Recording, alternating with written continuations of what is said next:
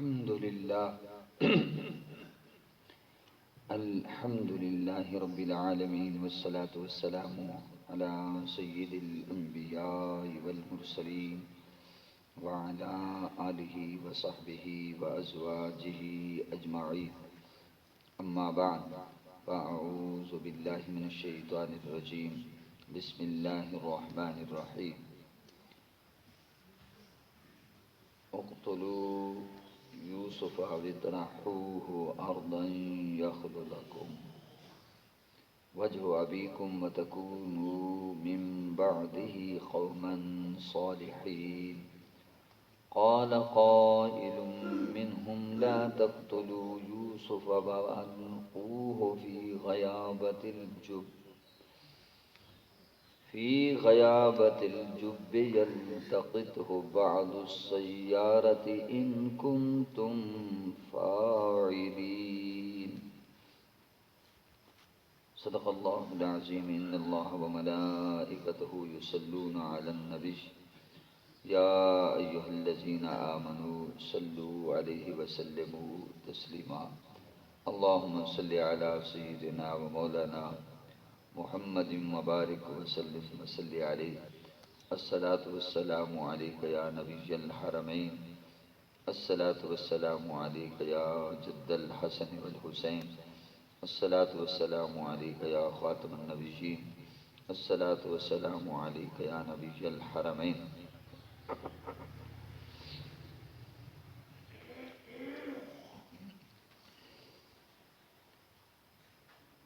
الحمدللہ ہم سورہ یوسف کا اجتماعی مطالعہ کر رہے ہیں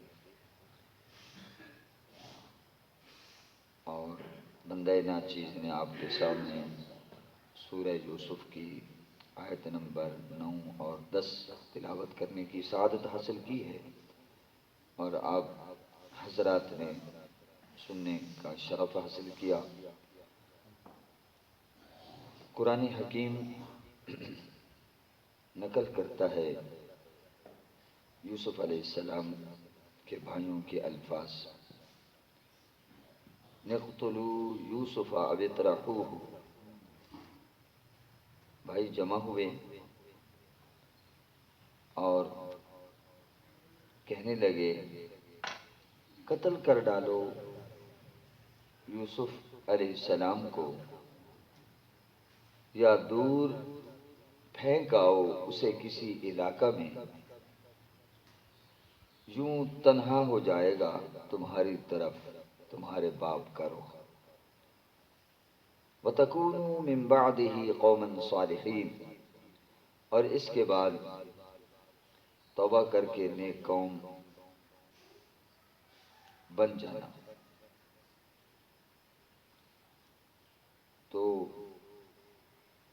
یہ قتل کی ایک تجویز آئی تو قال قائل،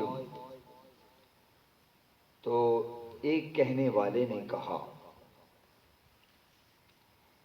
ان میں سے، یعنی ان بھائیوں میں سے ایک نے کہا لا تقتلوا یوسف، یوسف کو قتل نہ کرو.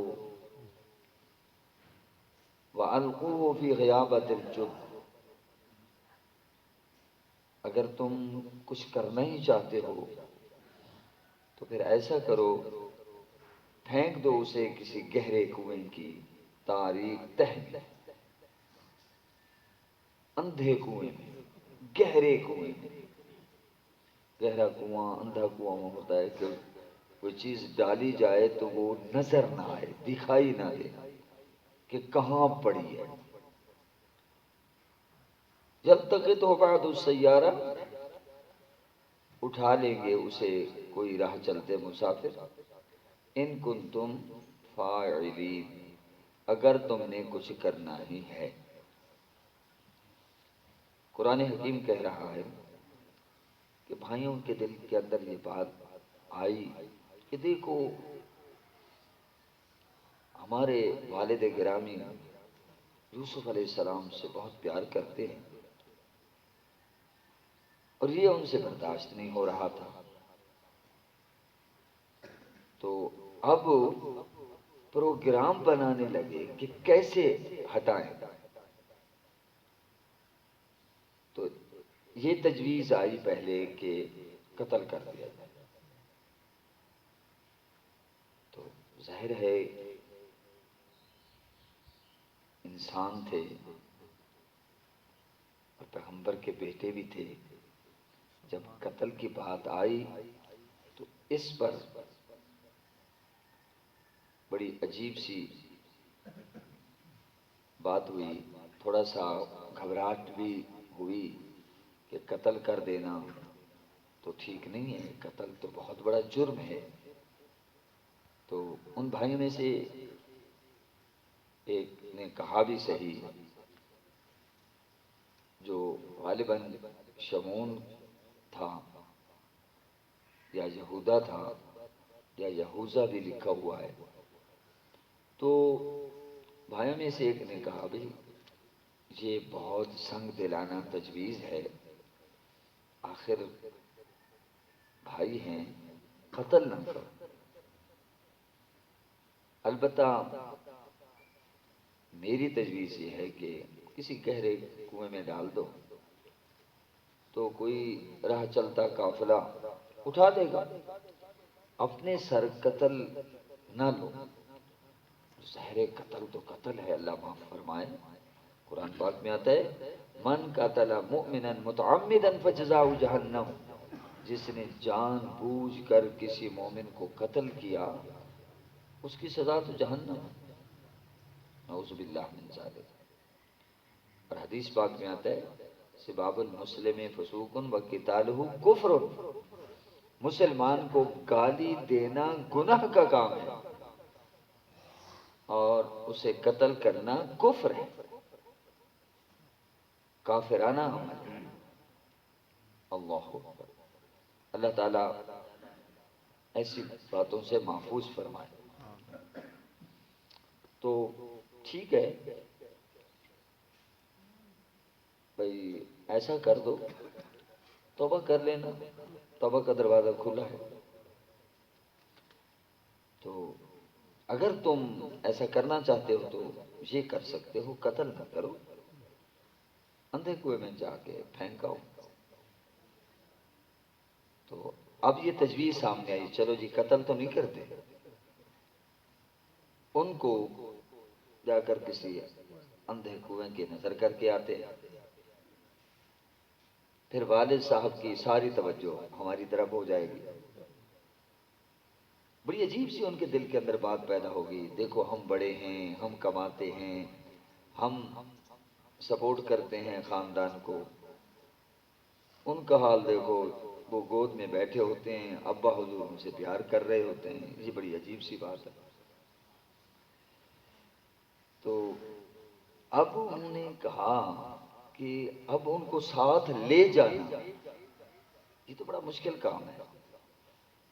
ابا حضور تو ان سے ایک لمحہ بھی ادھر ادھر نہیں ہوتے، وہ تو ہر وقت والد صاحب کے ساتھ رہتے ہیں، چمٹے رہتے ہیں.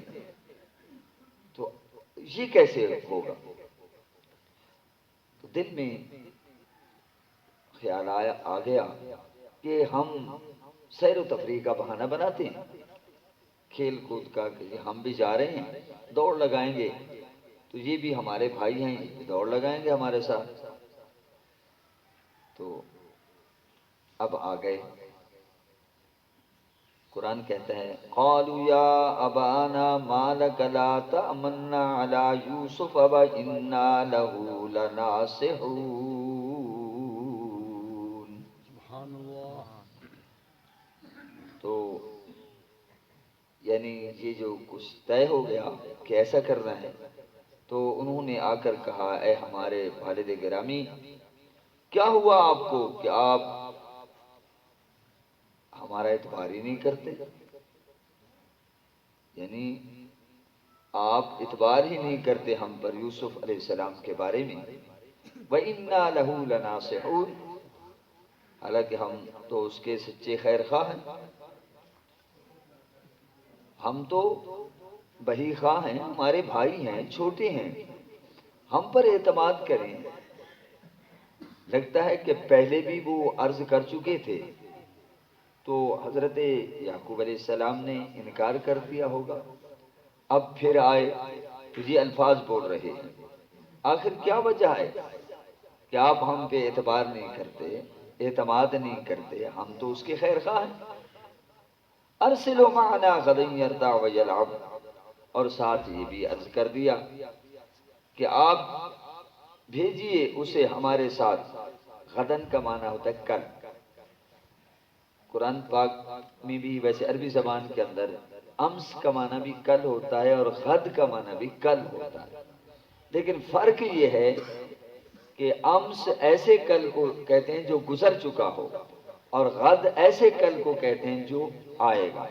جیسے قرآن پاک میں ہے یا ایھا الذین آمنوا اتقوا اللہ ولتنظر نفس ما قدمت لغد، اے ایمان والو اللہ سے ڈرو، ولتنظر نفس ما قدمت لغد، آج ہی دیکھ لے دنیا میں ہر انسان کہ اس نے کل کے لیے کیا بھیجا ہے۔ کل سے مراد یہاں قیامت، یعنی اتنا قریب سمجھو قیامت کو۔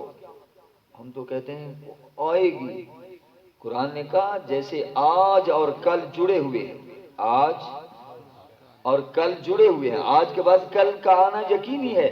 فرمایا سے دنیا کے فوراً بعد، اختتام کے فوراً بعد قیامت یقینی ہے، اس کے لیے تیاری کر لو۔ اللہ اکبر۔ تو ابا حضور اسے ہمارے ساتھ بھیجیے تو تاکہ یرتع،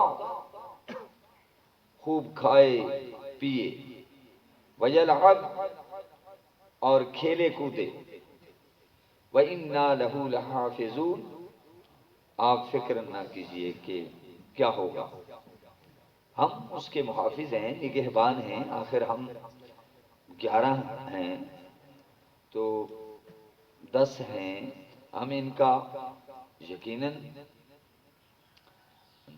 ان کی حفاظت کریں گے۔ تو حضرت نے جب یہ سنا تو فرمایا انی لیحزننی ان تذهبوا به واخاف ان یاکلہ الذئب وانتم عنہ غافلون۔ آپ نے فرمایا مجھے غم زدہ بناتی ہے یہ بات کہ تم اسے لے جاؤ، اور میں ڈرتا ہوں کہ کہیں کھا نہ جائے اس کو بھیڑیا۔ اللہ اکبر، اس کو بھیڑیا نہ کھا جائے۔ وَأَنْتُمْ عَنْهُ غَافِلُونَ، اور تم سیر و تفریق کے باعث اس سے بے خبر ہو۔ بھائی جب انسان سیر و تفریح کرنے جاتا ہے، کھیل کود میں مصروف ہوتا ہے، دوڑ میں مصروف ہوتا ہے، تو تم اس سے کہیں غافل نہ ہو جاؤ اور اس کو بھیڑیا نہ کھا جائے۔ اللہ اکبر۔ آپ نے شبہ کا اظہار کیا۔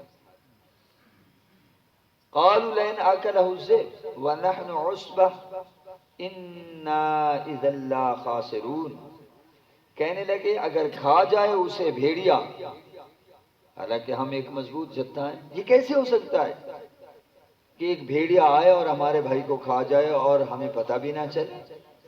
ہم اس کی نگرانی کریں گے، ہم حفاظت کریں گے، اب حضور ہم پہ اعتماد کیجئے۔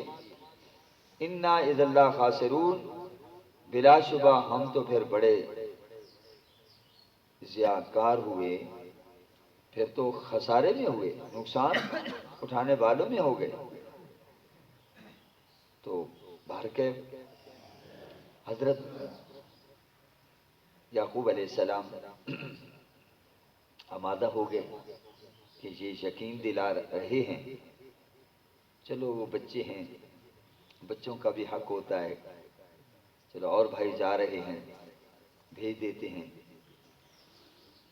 فلما ذهبوا به واجمعوا ان يجعلوه في غيابة الجب، پھر جب بڑے اسرار سے اسے لے گئے اور سب نے یہی طے کر لیا کہ ڈال دیں اسے کسی گہرے کنویں کی تاریک تہ میں۔ اللہ اکبر۔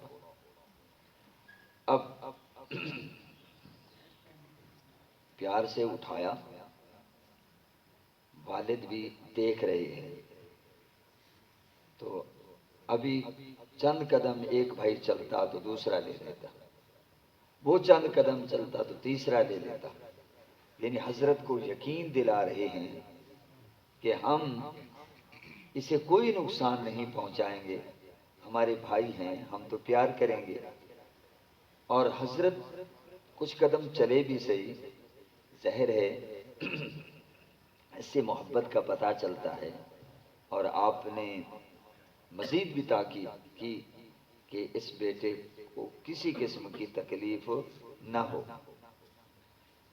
تو جب کافی دور نکل گئے، کافی دور، دیکھا کہ اب والد گرامی بھی واپس چلے گئے ہیں، گھر میں تشریف لے گئے ہیں، تو جس نے اٹھا رکھا تھا پٹخ کے مارا، تھپڑ بھی مارے۔ تو وہ کہتے رہے کہ بھائی مجھے تم کیوں مارتے ہو، میں نے کیا قصور کیا ہے؟ لیکن وہ تو دل میں تھا، بات پیدا ہو گئی کہ کمال ہے کہ ہم سے اتنا پیار نہیں ہے، اس چھوٹے سے پیار کرتے ہیں۔ حالانکہ یہ فطری بات بھی ہے کہ چھوٹے بچے جو ہوتے ہیں، میں نے کل کے درس میں بھی عرض کیا تھا، فطری بات ہے کہ پیار ہوتا ہے۔